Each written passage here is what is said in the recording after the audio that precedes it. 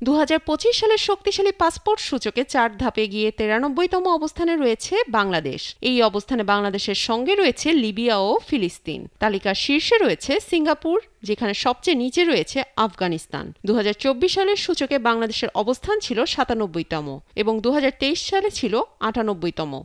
এই সূচকটি প্রকাশ করেছে যুক্তরাজ্যের লন্ডন ভিত্তিক প্রতিষ্ঠান হেনলি অ্যান্ড পার্টনার্স। কিভাবে তৈরি হয় শক্তিশালী পাসপোর্ট সূচক? এই সূচক নির্ধারণ করা হয় নির্দিষ্ট দেশের পাসপোর্ট ব্যবহার করে। আগাম ভিসা ছাড়া বা ভিসামুক্ত সুবিধায় কতটি দেশে ভ্রমণ করা যায় তার উপর ভিত্তি করে 2025 সালের সূচক তৈরির সময় 199টি দেশের পাসপোর্ট ও 227টি ভ্রমণ গন্তব্য বিবেচনায় নেওয়া হয়েছে। বর্তমানে বাংলাদেশের পাসপোর্টধারীরা আগাম ভিসা ছাড়া বা ভিসামুক্ত সুবিধায় 39টি দেশে ভ্রমণ করতে পারেন।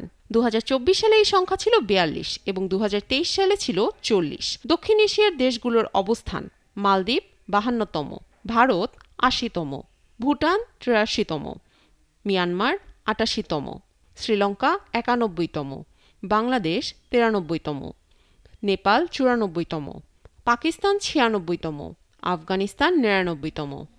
বাংলাদেশের পাসপোর্টের অবস্থান আগের বছরের তুলনায় উন্নতি করেছে, যদিও ভিসামুক্ত সুবিধার দেশ সংখ্যা কিছুটা কমেছে। তবুও বৈশ্বিক সূচকে বাংলাদেশ তার অবস্থান এগিয়ে নিয়েছে। দক্ষিণ এশিয়ার দেশগুলোর মধ্যে মালদ্বীপ এবং ভারতের অবস্থান তুলনামূলক ভালো।